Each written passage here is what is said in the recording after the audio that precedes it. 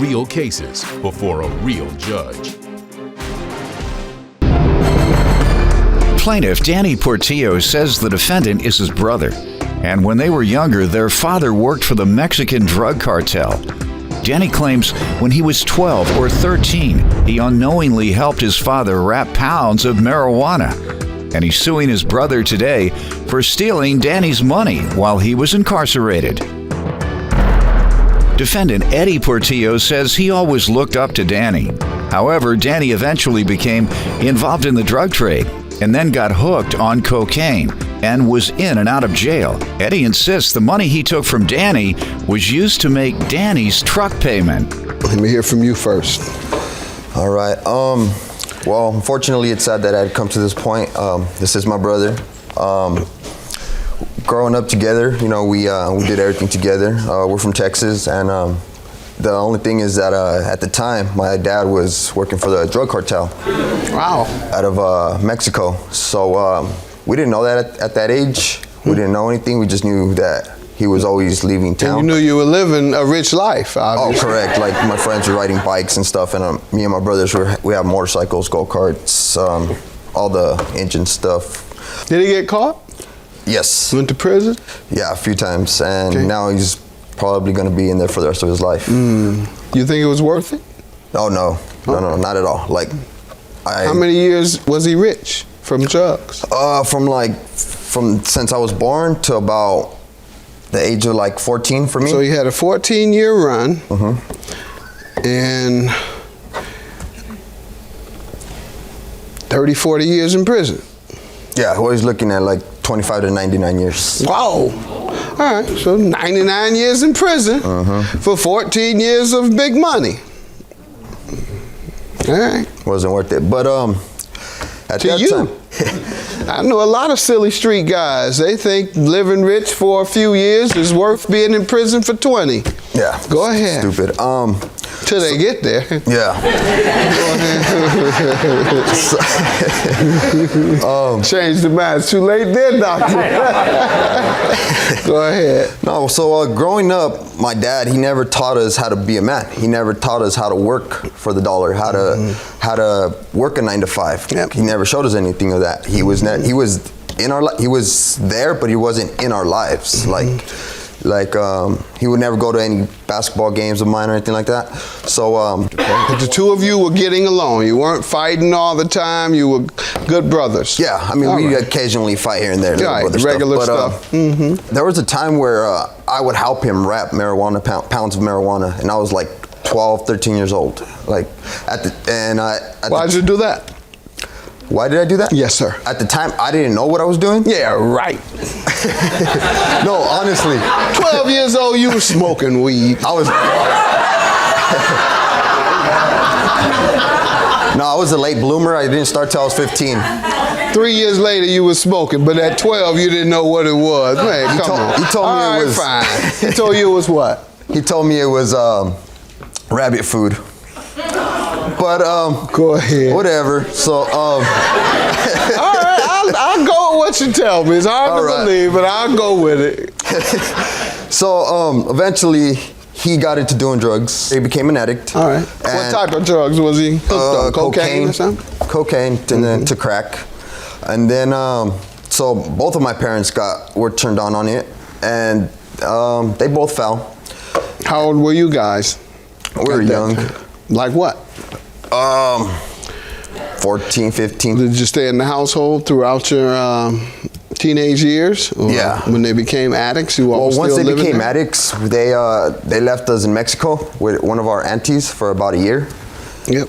And they were just partying and doing their thing. So when you came back, did you get your diploma, high school or GED or? I got my GED. I dropped out of high school. All right, but you got your GED, and then what? And then I went to school for hospitality, and I got certified in hospitality, and I've been working in restaurants for about almost 8 years now. Good money too. Good money. Yeah. Good money. They make good money. Chef, sir, what are you doing? Did you graduate or get a GED? Yes, sir. I'm going to the Art Institute to be a chef. Good. Same thing. Good. Excellent. All right. Good stories. You want to give me some background before we get into the lawsuit about stolen money? Yeah, well, like he said, you know, we didn't really grow up in a traditional home. My dad was, you know, a drug dealer and stuff, and as we were young, I always looked up to my brother because he was good at sports. He was an honor student, got all the hot chicks, you know. And, you know, as he got older, he started getting involved in the drug trade, and then he started doing drugs. Weed? Smoking weed? Oh, me? No. He started doing The person weed. you're talking about. You have been I'm sorry. smoking weed. You can't get Like, it yes, right. Sorry. Weed, and then moved on to cocaine. Oh, okay. You became a crackhead? Yeah, I did, unfortunately. Go ahead. I followed my father's footsteps. And as he was doing that, he was just getting worse. He was getting in trouble. He was going in and out of jail, just like my dad, you know. And I was like, What did you do with your life? I moved to Mexico. Moved to Mexico, and I started going to high school over there. Okay. I focused on sports and Good. friends. Never got in trouble like that? Never became a drug addict? Marijuana. Okay. No. But what about going to prison No. or jail? No. Never? Good. Let me hear from you about the stolen money. Why are you suing him for that? Okay, so yes, I had my share of run-ins with the law, and that was because to support my drug habit. Yeah, at the you a time. dope fiend. Gotcha. Yes. All right. Tell So, me about anyways, I went to prison. I had to do a 5-year sentence. I did 18 months. I got out on parole for 2 years on parole. I did good on parole. I relapsed 2 times while on parole, and I went back to jail for about 2 weeks each time. The third time I was so close to finishing parole that I violated again by violating my monitor, and I went back to jail for 83 days. Well, by then I was working 2 jobs. Violating your monitor mean you took it off so that you can go out? No, sir. I had a curfew and I was not being in. That's called going out. Yeah. Or you go out and then come in. Yes, sir. So but you like didn't sometimes, come in. because I had closing responsibilities. I had the keys and I had a Did security you tell the code. other judge that? Because you got 83 days with that story. All right, so move ahead before I give you another 7. It'll be even 90. But go ahead. Tell me All about right, this so, lawsuit. All right, so anyways, I went back to jail for 83 days. I got that. And while I was in jail, I gave my bank card to my grandmother. So I got arrested April 4th or April 11th. And on April 16th, my brother went to my grandmother and asked her for the card, saying that he needed to take some money out to put on my books and to pay my truck payment. Did he? Obviously, you're suing him for stolen money. So what happened? What did he do? So he had my card for several days and made various purchases that I have right here. And when you mentioned it to him, what did he tell you? I didn't even know till I got out. All right, but what did he tell you? He had no reason. He admitted to doing it? Yes. All right, sir, let me hear from you. Well, what had happened was,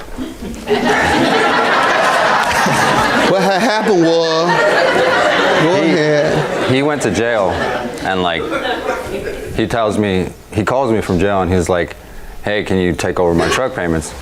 And at the time I was like, sure, I'll help you. I went to my grandma and I grabbed his card and I used it to pay his truck. I mean, I thought I was doing something. I didn't want his truck to get towed, so I thought I was helping him out. So I used. And what did he say after you told him you spent his money on his truck? He wanted to use my money. No, the agreement I had with him on the phone is I told him, I was like, hey, I know you just had gotten that to the job. money? Let's just he get just to got that. the money. Did he put the money onto your truck? No. Okay, you say you did. How do I know? How can I determine? Because my card was used, and it shows right there on the statements that I was incarcerated at the time. Here's the paperwork saying. I see $200 on the 1st of June. And he went to Vegas with my money.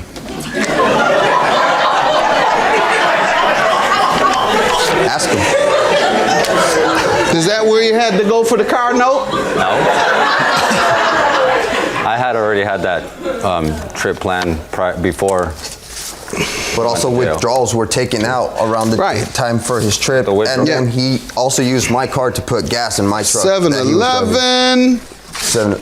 Insufficient funds for item paid. Insufficient funds for cash transaction.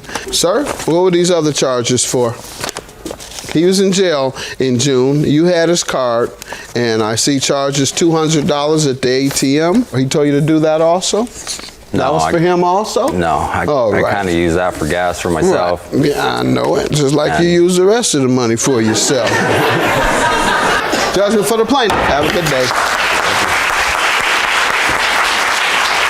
Dad, I'm not mad at you. Yeah. We're still good. All I know is my brother at the end of the day. Yeah. And I love him. High five.